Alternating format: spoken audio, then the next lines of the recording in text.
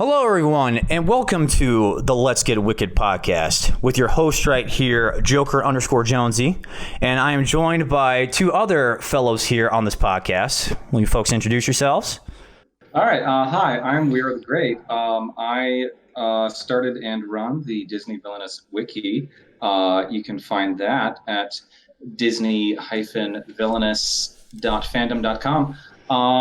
And I've been playing, here are my hipster credentials, Villainous since it debuted in 2018. Wow. Howdy, y'all. Headmaster Ditto here.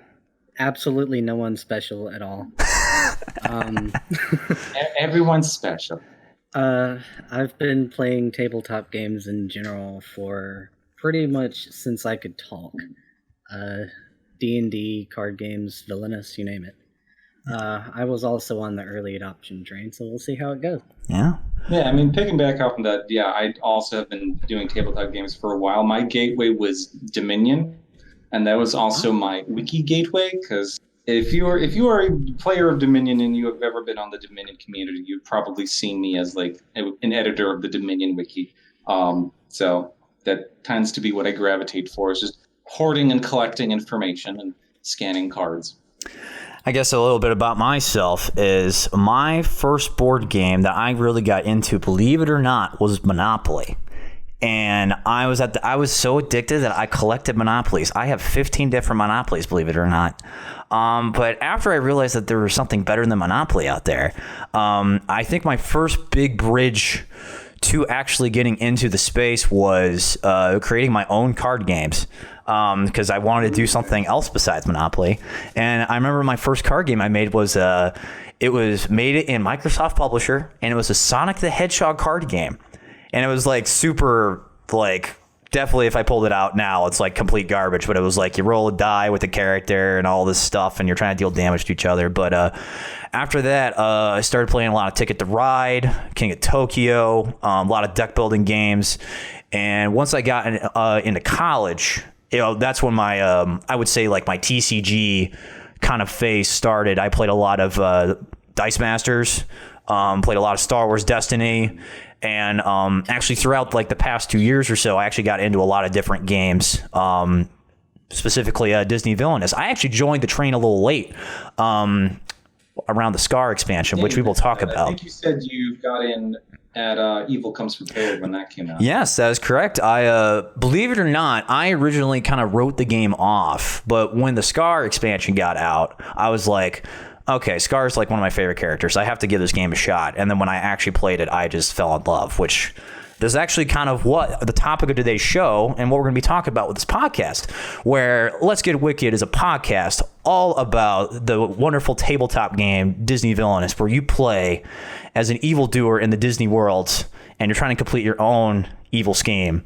And this podcast is going to be talking about strategy, custom characters, the future of the game.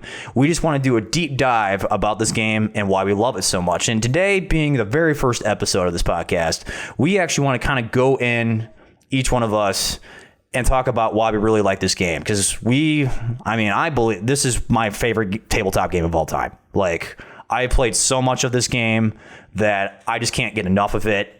You guys know me. I'm always on the Tabletop Simulator channel on Discord. Always want to play some matches. I just can't get enough of this game. I don't know about how you guys feel, but it's why I want to do this podcast. I just want to spread the word about how awesome this game is. Well, yeah, it's a fun game. I had like a few things to just pop off of what you said. Definitely not favorite. Definitely an obsession currently. Definitely still second favorite to Dominion right now, because Dominion is just, it's been around a lot longer. There's so many expansions. There's just so much to it. I think Villainous needs a couple more sets and it may get up there. Yeah, I agree. But, as far as you mentioned, you had written it off originally. I heard about Villainous. A friend of mine on Facebook posted, hey, there's going to be this game where he plays a Disney villain back 2 summers ago. And I was like, that's probably going to be some hokey, like, shitty branded thing that is just farted off at and something. But, like, they do those kinds of things when like a movie is coming out, or maybe sometimes a book. Usually it's a movie. And this wasn't tied into anything. And I was like looking at it, and I was looking like, oh, this actually seems like kind of interesting. This isn't like a Monopoly clone. This isn't like a Settlers of Catan clone. It's its own little thing. And it's asymmetrical, and like each villain is doing their own thing, and it seemed like really interesting. And then I watched a couple like preview Let's Plays things of it, and I was like, oh, this is really cool. They even did I think it was Geek and Sundry did a pre-release Let's Play, and they got in Matt Mercer to play Prince John, and who ended up winning because, of course. Yeah. But like that really got me into it. So, so that summer, like as soon as it popped into Target, I ran out and got it. And I immediately had a game night with 5 friends, and we all played one of the villains. I'm pretty sure I started with Maleficent, and it took me a couple tries to win as her. Queen of Hearts and Prince John. But since then, I have played every character several times. I've won with every character. I think I have a fairly solid idea of how each character should play, though, of course, that is open to debate. I'm not going to say I am the be-all, end-all of strategy. But what I like about Villainous is that it's definitely more like casual / accessible than something like Magic the Gathering or even Dominion, because the deck is made for you. Like, yeah. I like Dominion because it's more accessible than Magic the Gathering, because Magic the Gathering you have to go out and I like to say that Magic the Gathering is pay to win, because you basically buy the best cards for your deck, and Hearthstone has the same problem, and all sorts of trading card games like that, where if you don't have the money to spend, you're not going to have a good deck. And yeah, you might try to cobble together a good deck from common cards, but it's all gets complicated, and there's like this high barrier to entry. I really like Dominion because there isn't that. As long as someone has a copy of the game, you put out however many cards, and everyone builds their deck at the same time. However, even the building the deck portion throughout the game, if you're not familiar with it, can be a barrier for entry, because it's like, hey, I have no idea what I'm doing. Villainous completely takes away all of that. It's like, hands you, here is your deck. You are playing this character, and here are those cards. And you can like flip through them and see that, but your deck is completely built in. And so it becomes more of like a puzzle, figuring out, okay, how do all these cards work together? What do I do with them? And there's kind of, for me, there's been 2 stages of enjoyment with Villainous, where there's the initial exploration of like, okay, what kind of cards does this character have? How do they work together? Oh, that's a neat little thing to do, into more of like, reading the meta, and I now understand all the cards in this character's deck. How can I optimize them? How can I win in this particular situation? Because now that I'm familiar with everything. And I mean, there's also like thematics. Like, yeah, it's really fun to play as a Disney villain, and it's you can like have a fun, satisfying little cackle as you cosplay as Hades or Maleficent or whatever. It was actually, I was showing Villainous to new people, because I do that at my local board gaming club. And I was playing as Scar, and I forget what the other 2 were playing, but they cottoned on to, I knew exactly what I was doing, so they were just fading me relentlessly. And we played for like an hour and a half, and I was starting to get a headache. But eventually, like, I got into 15 or more strength in my succession pile like 3 times. And I was like, okay, I gotta play them off of each other. They say, oh no, you don't need to fade me, like using like poker bluffing and shit, and also covering up their extra fade things. And then finally, by the time I was like, yes, I have finally won. You can't do anything about this. Suck it. It was just so satisfying to like, yes, people hate this character. They think he's so weak, and I have won with him. True, it's against newbies, but it was still like, it was very satisfying. And it is very satisfying when you win this game, I feel. Yeah, I don't want to. I'm gonna let Ditto go here next, but I actually tout very much of what you're saying of the discovery period and the puzzle, where every character is a puzzle when in like that discovery period of when you first learn a character. Like, you're just experimenting with their tools. You're trying to learn what it does, and you might win or lose, but playing the game a few different times and learning like how the character operates, and then finally when you get put the pieces together, I think is one of the most brilliant parts of this game, where the first few times you play it, it might not click, But after you play it a few times and you're willing to learn and understand what you're supposed to do to be, efficient and fast and optimize your play experience, every character can be incredible to play with. Even what you just talked about with Scar. As you know, I play Scar a lot and I still suck. But when I figured things out with Scar, it's very satisfying. So, Ditto, tell me about why you love this game. Yeah, really. It's kind of a twofold thing with me. On the one hand, you have, the fact that they chose Disney villains to be the characters, because they could have taken the same game and the same mechanics and attributed it to almost anything else. And it would have, we could have enjoyed it just as a game that way, as itself, but just the brand recognition of Disney combined with, it's different in that it's not the heroes this time. Like, we actually get to play out the villains, which, if you ask, characters overall. And then on the other hand, mechanically speaking, you can look at tabletop games in general as kind of a spectrum. So, like, on the one end, you've got the uber casual kind of games, like Candyland, regular card games, Go Fish, what have you. Stuff that anybody with, a few functioning brain cells can handle. And then on the other end, you've got, Risk, Axis and Allies, Dominion, stuff like that that's a lot more high-level strategy and thinking and processing. And somehow I feel like Villainous really does a good job of, I don't want to say straddling that spectrum so much as completely breaking it. Just because, like I said, it's a really casual, approachable kind of game where anybody can sit down and pick it up, and within 10 minutes, you know exactly what you're doing. Yeah. And by the same token, there's people like us who will sit here for hours and hours and hours and hours and pore over every single detail we can find to say, okay, how can I make this, 1% more efficient? Yeah. Like it caters to every crowd available, and I think that's something that really speaks well towards the game and its developers and its community as far as, I guess the balance of the game almost. Yeah, I agree 100%. I think one of the moments that really clicked for me was, now I don't normally do this with the game, but like, you can play up to 6 players.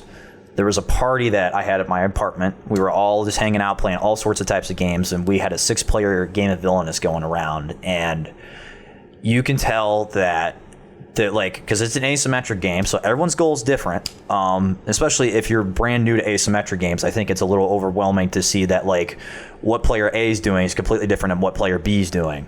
But even with that being said, the people who weren't necessarily tabletop gamers, I remember someone who I don't think really played a lot of card games, picked up Maleficent, and literally instantly was kind of discovering the tricks of how things were supposed to work. Where like, moving your curses around, so that way you get the ability to like do other things or block the opponent's ability to fate you in certain ways. People figuring out like, spending 5 power with Hades allows you to leap over heroes that can screw you over. And then people that aren't necessarily taking it super like meta seriously, they're still having a good time. They're enjoying like just playing the cards with the cool art on them. I always get a kick out of when people play the Dr. Facilier when they play Friends on the Other Side, and that artwork is like some of the best artwork in the game, and just like how cool it feels to play those cards. So the theme in this game, like you said, is fantastic. I absolutely agree. Well, yeah, going off of the theme, you had mentioned, Ditto, that you think that if this game had been sort of divorced from the flavor of the Disney villains, that it probably would have been fine. I kind of disagree. I think without the Disney villains theme, this game no one would have cared about this game. And also I think like the mechanics might have suffered because a lot of the mechanics sort of directly inspired by the movies. And this kind of has reminded me of, have either of you played any of the Civilization games? I used to play like Civ 4. Many times. Yeah. So there was Civilization 5, and that was like really popular. I think it was like one of the best selling games at some point. And For me, Civilization 5 and 6, I actually play a lot more 6 now, works so well because there is that historical context. You may not necessarily know every single leaders or have heard of every single one of the historical nations being used, but you know who Napoleon is, you know who Alexander the Great is, you know who George Washington is, and you kind of maybe usually have sort of feel for what the personality is going to be. You know that Alexander the Great is going to go conquering people. You know that I don't know, Catherine de Medici is going to probably be spying on people because she had that whole like intrigue thing going on. You know, Gandhi is probably going to be pretty peaceful, except for that whole meme about how there was that bug that makes him nuke everyone. But after they were done with Civilization 5, they then did Civilization Beyond Earth. And it was kind of, we're going to do Civilization in space. And like, it was kind of a spiritual successor to Alpha Centauri, which I never played, but people really like it. So I played mechanically. It was a lot of fun. There were a lot of improvements to Civilization 5 that I appreciated, but it still felt lacking. And for a lot of people, it felt lacking. And I think a really big part of that is instead of these historical figures that you have these associations with and very easy to understand, oh yeah, of course Genghis Khan is going to get like cavalry bonuses. With Beyond Earth, they invented these new characters whole cloth, but they didn't really spend the time giving them, you know, backgrounds or personalities. They're just kind of like, oh, this guy runs Space Hawaii and this woman leads Space France. And you're just kind of like, okay, it was just very generic. And just, it didn't feel like I was talking to a historical figure, Alexander the Great. It felt like I was talking to some old lady. I don't know. So with Villainous, the fact that you have these movies that so many people have seen, especially as children, so they kind of like sit in that nostalgia section of your brain, and you're like, oh yeah, you can hum along the songs, so you know all their lines or whatever, or maybe not even know their lines, but just you're familiar with them. Like, you know that the evil queen, she's got a thing out for Snow White. So yeah, she's probably going to find the magic mirror and use that to find Snow White. And that so easily informs what these villains are going to do. It's what's made it so easy for the community to come up with fan ideas. People have done, you personally, you're working on Frollo. Someone else is working on Gaston. Someone did an Amos Slade. Yeah, I was gonna say I did a Glom Gold. So yeah. Yeah. So I think because there is that treasure trove of information for these characters, it's less about whole cloth, I have an idea for a game, and more of, okay, let's turn these Disney villains into the game.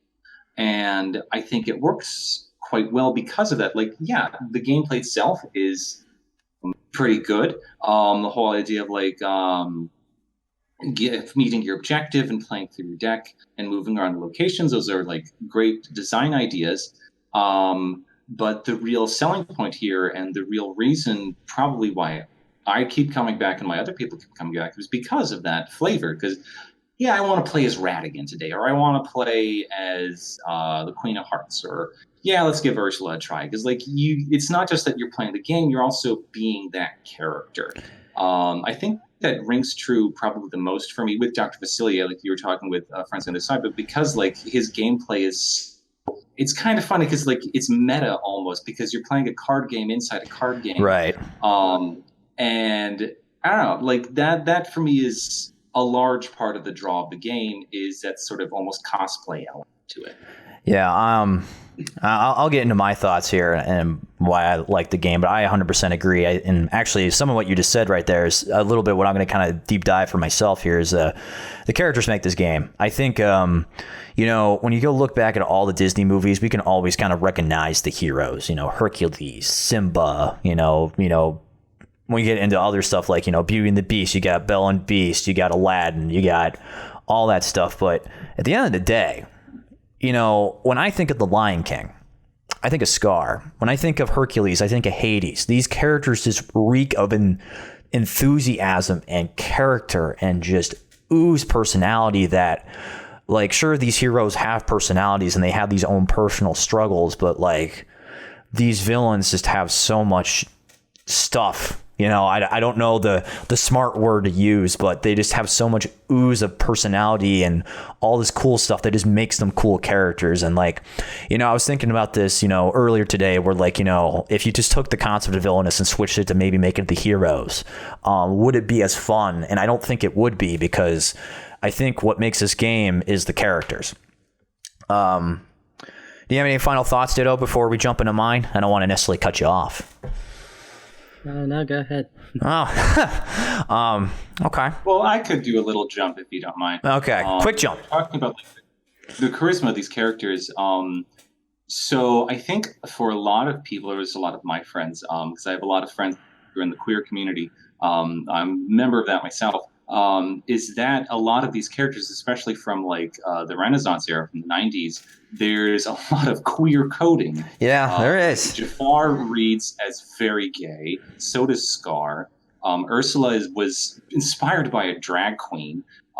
Even like Ratigan, like you watch The Great Mouse Detective, and he just seems very gay. Like it almost seems like he and Basil were ex-boyfriends.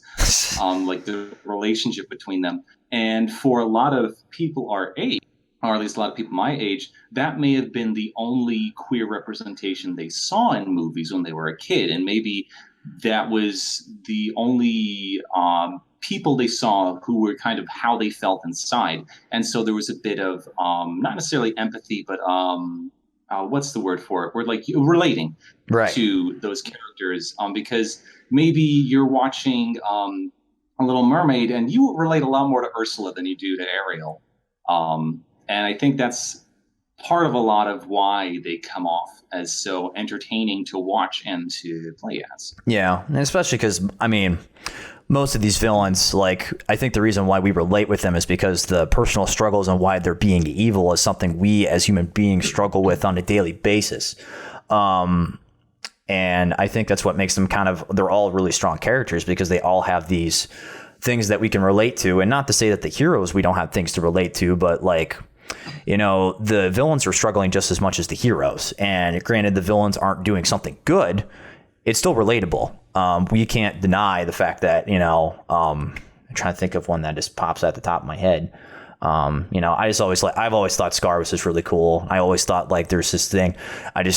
You know, the fact that he just wants to lead the entire Pride Lands, and like he's going to do whatever it takes to actually like lead this group of people his way. You know, I've always just kind of like, with me internally, just kind of related with that. Like, I want to go lead people my own way, but how do I go about doing that the correct way? You know, as someone who teaches, you know, I want to lead my students in my way, not anyone else's way.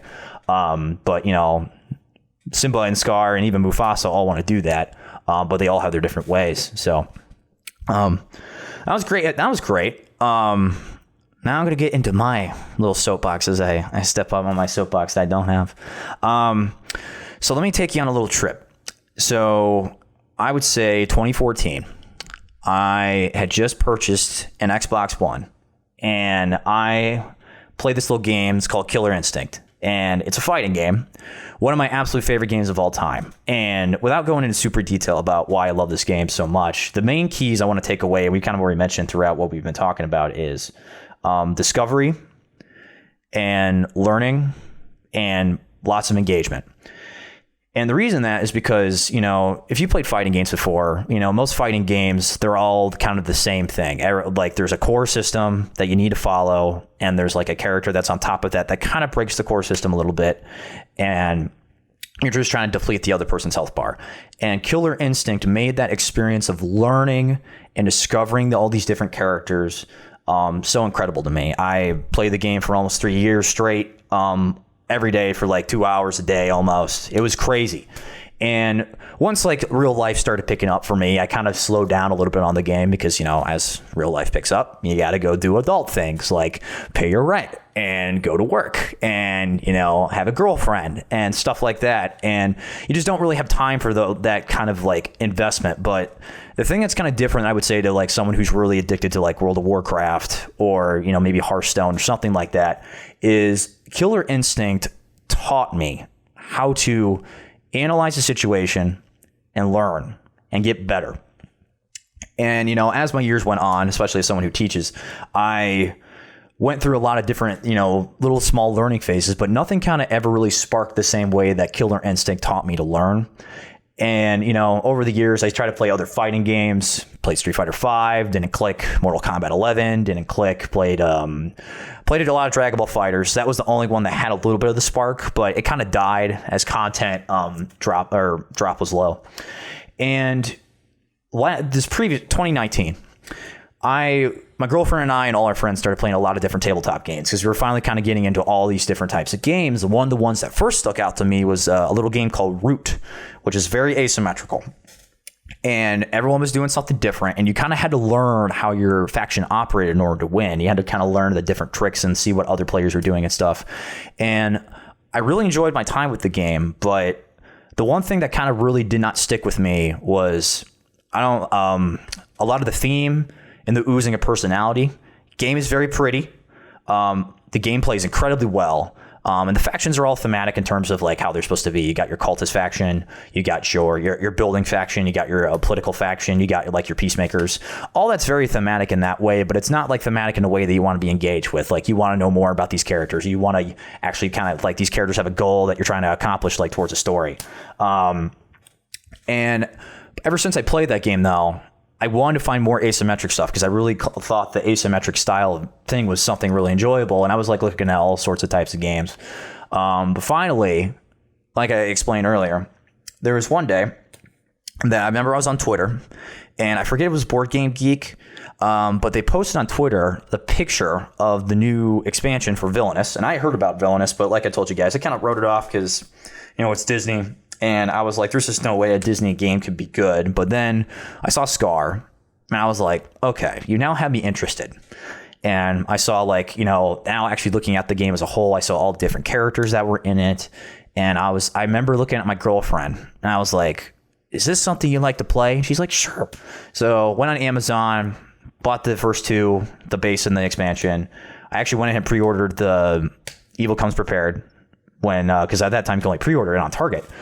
And I remember I got it 2 days later because good old Prime. God bless Prime.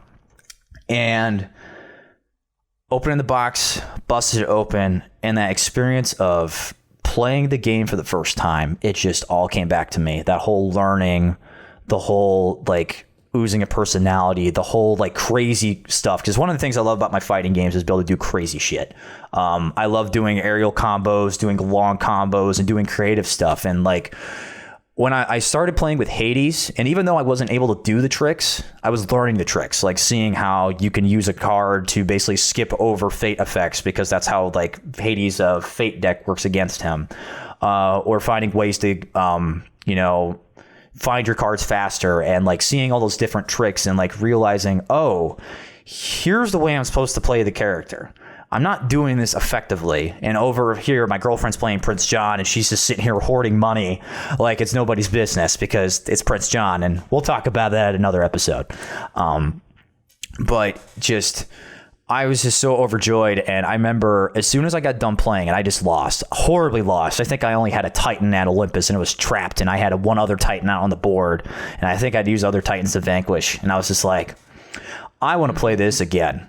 I want to play this again with different characters and learn all their tricks. And that just became a consistent thing where every day or every time I jump on, when I finally found the Discord and was jumping on the TTS channels, I just want to keep playing the game and learning all the characters, especially, and this is the relatable experience when it comes to my Killer Instinct time, was when Scar came out.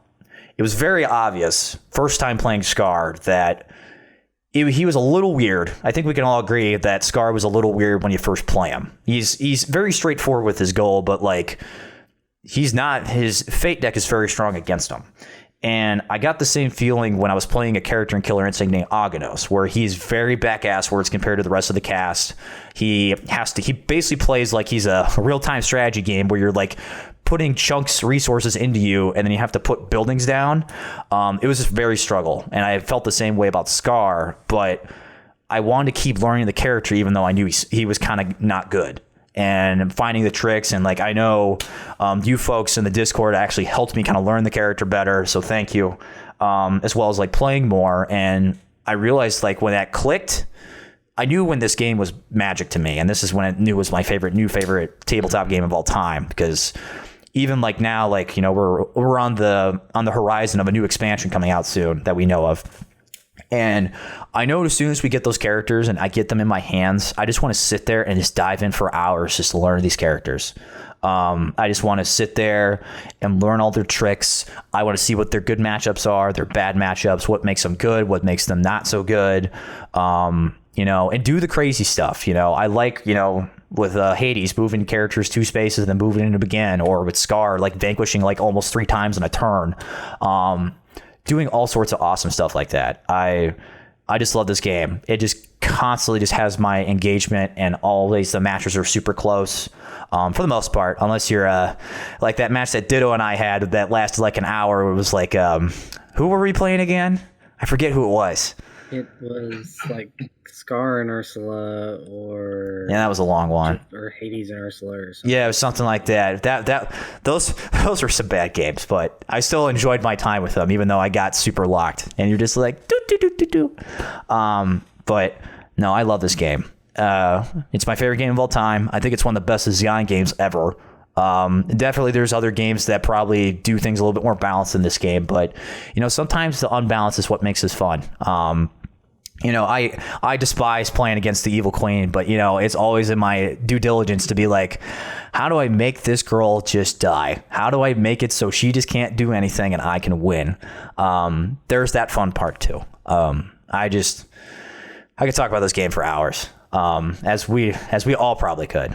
But I want to leave it there on my thoughts, unless you guys wanted to chime in with anything I said. I mean, unless Ditto wants to chime in, I can chime in. Well, it's interesting that you choose to bring up a fighting game of all things to kind of go along with this, because I get kind of the same, because when I first saw that this game was going to be, you know, a big Disney villain crossover type thing, the very first thing that popped into my head was, well, this sounds a lot like Kingdom Hearts. Yeah. Because not just is it just me? Yeah. And Kingdom Hearts was one of my favorite series growing up, almost on its own. So, yeah, me too. It's got that going for it too, just as a little side. Yeah. I agree, because that's one of the things that kind of like stood out to me, because you know, I played a lot of the original Kingdom Hearts growing up, and like seeing these different characters in there just kind of reminded me of like, you know, fighting the dragon when Maleficent turns into the dragon, or like if you're in Olympus Coliseum and you fight Hades when you're in the giant Hades Cup, I think is what it was called. But like, I was like picturing myself actually being those characters in those like fighting moments for a second, even though you're not really doing a lot of fighting with them specifically. But yeah.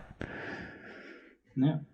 Yeah, you had mentioned the whole thing with like figuring out how to play Scar. And I think for me, especially when I'm playing against, then maybe they're playing with the first time, or like experienced players, and yeah, often with more experienced players, I get a lot of enjoyment out of playing the villains that are considered weaker and then still winning with them. Yes. So with the original game, we figured out pretty quick, okay, Ursula's kind of weak. We're going to play these other ones. So I was like, you know what? No, I'm going to play Ursula. I'm going to win with Ursula. I'm going to rub it in your faces. And then Wicked to the Core came out, and everyone's like, oh, Hades is kind of ass. It's like, well, I'm going to play Hades just all the time. I'm going to win with him. And now with Evil Comes Prepared, I'm like, I'm going to play Scar all the time. I'm going to win with him. There was actually a TTS game I was doing. I forget who I was doing it against. It may have been one of you. I don't remember. But I think I was playing Scar, and the other guy was playing Ratigan, and he was kind of like a little confident, like, oh yeah, Ratigan, he wins so easily. Scar, there's just no way. And I was just constantly fading Ratigan. And there was one point where I'd gotten the Mouse Queen out. He defeated the Mouse Queen, but I had already gone all the way through his Fate deck. Faded him, triggered a reshuffle, and immediately pulled out the Mouse Queen again. And I just laughed my ass off. That actually happened in a game recently with me too. I know exactly how that feels. It was so funny. Yeah. But then every so often you do want to play, like, I do like to play all of them. I think the only one I don't really play is Captain Hook. And I think a lot of that has to do with the fact that there is that one really racist song from his movie, and it's like all I can think about. Like I don't want to deal with that, so I just play basically everyone else. But I will also play Captain Hook on occasion when I haven't played him for a while. Yeah, that's one of the things I actually like. So like, I'll go through phases when I've been playing this game where like, usually my mains are like Radigan, Doctor, and Scar, but I get cravings to play other characters. So like recently I've been going on this thing where I want to play Jafar. And another thing I've been doing is Yzma, and like cycling through that and like playing these different characters. And I kind of really enjoy the fact that the game is so diverse with its cast. And for the most part, everyone's pretty balanced. Not everybody, but most people. That you like, even when you pick up a character, as long as you know what you're doing, you have a good chance of winning. But actually, like, since that puzzle is different every time, you get like, oh, I crave doing like, Queen of Hearts, for example. I just like putting cards out and tapping them over, and then trying to play a card to, take a shot. I like these different mechanics, and actually makes me want to keep playing these different characters more. And that's honestly why I crave more characters. And I know you stated this earlier. I mean, that's what I really want from this game is more characters. Because obviously, and as a fighting game guy, the bigger the roster you have, the more options and matchups and learning that you get. Because you have to think about that. If we get 3 more characters, that's 3 more characters that we basically have to learn at that point. So that's going to be 15. That character gets 14 other different characters and how well they do against each other.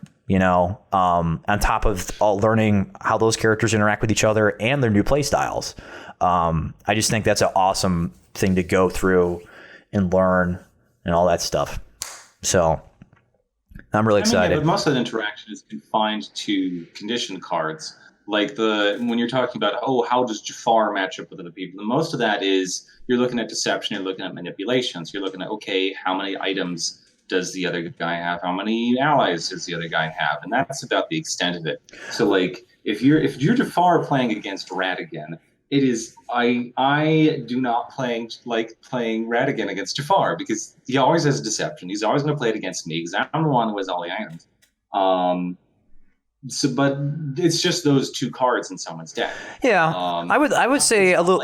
I would say a little bit more than that, though. Like there would be in a fighting game. Yeah, I would say there's a little bit more to that too, because I think like Jafar is actually a great example because like in the base game you have Captain Hook, Ursula, and Jafar that have locked locations. And for those of you who don't know what that means, locked location is a space on your board that you can't go to yet until you've actually played a card to get rid of this token. Now allows you to move there, and it's very clear the design from Captain Hook to like Jafar, where Jafar by default has 2 fate spaces that he can go to, while Captain Hook only's got 1.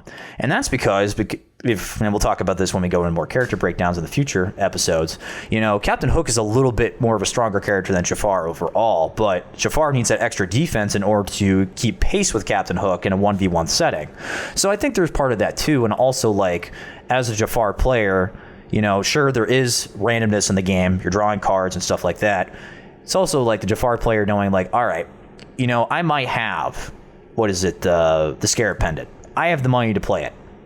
Or I know I can get the money to play it. But it might be better to move to this space, Fate, put some more defense out on the board so that way I can kind of keep going without getting myself screwed over. I think there's also that portion of it as well. And because that's also the kind of the fun thing I've really liked about this game too is that your offense is you understanding your opponent's fate deck because everyone's fate deck is different, and knowing when to play a particular card and stuff like that. Because I know I was playing against the Great Salmon last night, and he was playing Prince John, and I knew at one point that he was gaining so much money that I had to go play Steal from the Rich, and I knew those cards hadn't came up yet, but I knew I had to fate him to put heroes out. So instead of me trying to progress towards my goal as Radigan, I was actually trying to go fate him as much as possible or open up ways for me to fate him. So I can get those openings to try to slow him down so then I can try to make more progress towards my goal. And there is a balance there too, because sometimes you're like, I just need to move fast, accomplish my goal. Other times you're like, I need to play defense. I got to make sure they can't advance very much. So I think there is that balance. It definitely isn't like one-to-one with a fighting game where, you got your high blocks, your low blocks, your low high attacks, your OTGs, your grabs and throws and stuff, but like conditions are one thing, but I think it's also like knowing your opponent and what they're trying to do and like trying to make sure that you are going to take precautionary steps to stop them. But it's obviously different with every character. Some characters you don't need to do it necessarily as fast as others. So that's just my 2 cents though. Definitely you want to know your opponent, but I don't think your offensive strategy really depends that much on which character you're playing, unless you're playing as Ursula and you want to do the whole fate every turn nonsense. Other than that, it's just, yeah, you should be fating your opponents. And I think, like, a lot of people I talk to who play this game, whether it's on Discord or my friends, and especially like newer players will often, they will sit on their 3 power spot and then they'll go to their 2 power spot and they'll hop back and forth between them, and they'll never really fate. You should be fading. Yes. And from the start of the game, you should be fading every other turn. And you should be. The struggle is to make sure that also fits into what you're doing for your objective, but you do need to be fading. Yeah. Especially since most of the villains, you need to proactively fade them. So someone like Hades, you just fade him whatever because you'll probably pull out a lightning bolt or something. But with everyone else, you need to be doing this proactively. So with Captain Hook, you need to taunt heroes. You can't play taunt unless there's actually a hero. Correct. Yeah. If you're going against Jafar, you want to get Wish on Genie, you want to get Carpet out, stuff like that. And like for all these other ones, you need that already out regularly fading, even if it's just like, oh, they're far away from their goal, you should still be fading because you won't slow them down. And pretty much every villain plays differently when they are being faded and when they aren't being faded, and you have to kind of work around that. One of the more obvious ones would be like Prince John, because he directly interacts with the heroes in his realm with like Beautiful Lovely Taxes and the Sheriff of Nottingham and stuff, and his warrants. But you really do, you need to be fading your and you're just blithely going towards your goal and just kind of playing solitaire, you're probably not going to win. Yeah, that's as I was learning Scar, I actually kind of learned this very early once I realized I would need to start fading more offensively from the start. Was sometimes I would get like a really awesome starting hand and get Shenzi, get Ed, bonus Hyena, might get a Whisper, but then I'm like, you know what? I started second. I have a power. I can go move to the Savannah, gain money, don't need a discard, play Ed, and then I just go Fate. I could easily have played all those cards in one go, but I know for a fact that let me start putting some defense out so I can start getting something going on their end, so I don't shoot myself in the foot in the progress. And that's kind of one of the lovely parts of this game, is like kind of learning how that's going to work with every character and like when you should, like you said with Hades, you know, like Hades you don't necessarily need to worry about maybe right away, because and that's more of a strategy talk when he comes to him, but he's very like slow at the start, fast at the end type of character. And obviously that's up for debate, but you know, that type of stuff. So we have any closing thoughts on why we love this game from the peanut gallery here? I think I've talked a lot. Yeah. Ditto. Any closing comments? Not really a whole lot. Not really a whole lot. You can add to something like this. I mean, pretty much all said 3 variations of effectively the same thing. That's true. Well, I mean, that's what the beauty is. We're getting 3 different perspectives on this. And that's what I like is, you know, I could sit here and just kind of say my piece all day, but everyone likes this game for different reasons. And that's why we just want to share the world our opinions. So anyway. Question that is not related to Villainous at all. Sure. You had mentioned you collected Monopolies near the beginning. Yes. Did you ever get the Star Wars one from the 90s? No, I did not. It was like, we got this for like Christmas or something sometime. And it was the only reason I actually wanted to play Monopoly, is because it was a Star Wars. The thing was like when the special editions came out or something. Like it was like a holographic cover with like this starry background, and like all the locations were Star Wars locations, and like all the writing on the money was in Orabesh, and like normal Monopoly money only goes up to like $500. This one, there were little gold coins that went up to 1,000. Oh, that's so weird. It was that is the only Monopoly set I will actually appreciate because just all of that. Oh, that was it. What is it? I'm trying to figure out the rarest one I own. I have the original Simpsons Monopoly, the original one. What is it? That's the only one I have that's actually worth anything. All my other ones are like, they're just like from stuff that I liked when I was a kid and growing up. So I had like SpongeBob, Looney Tunes, Family Guy, Sonic, Nightmare Before Christmas. What else did I have? I don't know. I had all sorts. I had Indiana Jones. I love Monopoly. Where did you keep all of these? I have a large closet. Let me tell you, a large closet. But anyway. Well, that's our main topic for today. Since this is our first show, our ending of our show is a little bit weird, but we're going to be talking about some things. So I hope you all can sit back and enjoy me kind of shouting out some stuff. So in our future episodes, we want to actually do a kind of a reader mail segment where we actually kind of sit down, answer your questions that you may have about us, about the game, what we have thoughts about the game, and all that stuff. So we're going to have several different ways for you to be able to submit questions. One, you can shoot us an email at letsgetwickedpodcast@gmail.com. That is one way you can do it. Just shoot us an email, tell us your question. We'll screen it beforehand, so nothing too ridiculous. But we'll have some questions in the show that we'll answer at the end. You can also comment on the YouTube version of the show. Just go into the comments, post your question. We'll go read from there. And we will be opening a channel on our Disney Villainous Discord. We will find a way to put the URL for that somewhere in our ways of showing this show off. But there will be a channel dedicated for just questions. So you can also post your questions up there. We'll read them before we get on the show, and we'll see which ones we want to answer. Because we also want to have this be an interactive show. It's not all about us sitting here talking about, why Scar's wonderful and why Radican's the greatest criminal mind. It's also about talking about what you guys like about the game and your experiences with it. So that's basically it for our first episode here. Do you folks have any final closing thoughts before we kind of wrap this up? I